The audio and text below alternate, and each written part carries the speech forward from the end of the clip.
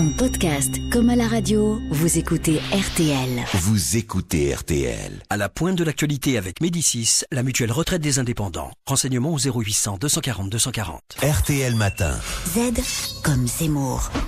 Bonjour Eric Zemmour. Bonjour. Alors vous voulez parler d'Europe ce matin parce qu'évidemment vous avez noté que Nicolas Sarkozy a lancé cet ultimatum à Bruxelles avec à la clé menace de s'affranchir de manière unilatérale des accords de Schengen sur la libre circulation. Qu'en dites-vous ? Oui, il y a un curieux effet de miroir autour de l'Europe entre les deux principaux candidats. Pendant des semaines, Nicolas Sarkozy et les siens ont moqué la prétention de François Hollande de renégocier l'accord européen sur la rigueur budgétaire. Et désormais, ce sont les socialistes qui brocardent l'ultimatum lancé par Sarkozy sur Schengen.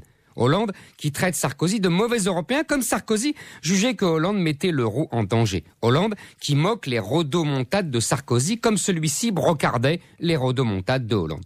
Les socialistes qui accusent Sarkozy de cynisme pour rallier les voix du Front National et de tous les souverainistes, comme la droite dénonçait la soumission du candidat socialiste aux injonctions mélenchonesques. Et s'ils avaient raison, tous deux raison, mais raison tout le temps. Raison de s'accuser mutuellement de cynisme électoraliste, alors que depuis 20 ans, la droite comme la gauche n'ont cessé de mettre la défense de l'Europe au-dessus de leurs promesses, et même parfois de leurs convictions.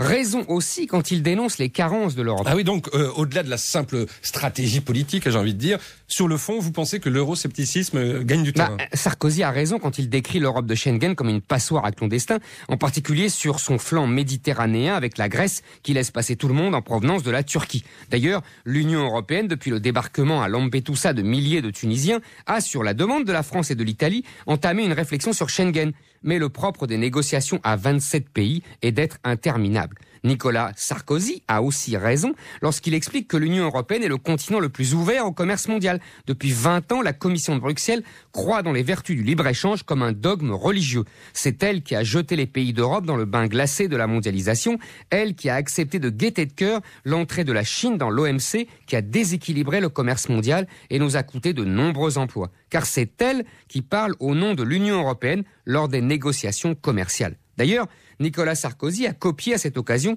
l'argumentaire protectionniste d'Arnaud Montebourg, celui de sa campagne des primaires socialistes, qu'a repris, mais en l'édulcorant beaucoup, le candidat socialiste qui, lui, a préféré récupérer les diatribes de Montebourg contre la finance. François Hollande a raison de dénoncer les risques de récession que la politique de déflation imposée à toute l'Europe par l'Allemagne risque de provoquer. Déjà en Grèce, évidemment, mais aussi au Portugal, en Espagne et même aux Pays-Bas. C'est ce qu'avait dit Nicolas Sarkozy lui-même avant de s'incliner devant les exigences d'Angela Merkel au nom de l'Europe. Alors, si on additionne les justes critiques de Nicolas Sarkozy à celles de François Hollande, on retrouve le discours eurosceptique de Marine Le Pen, de Jean-Luc Mélenchon et de Nicolas Dupont-Aignan.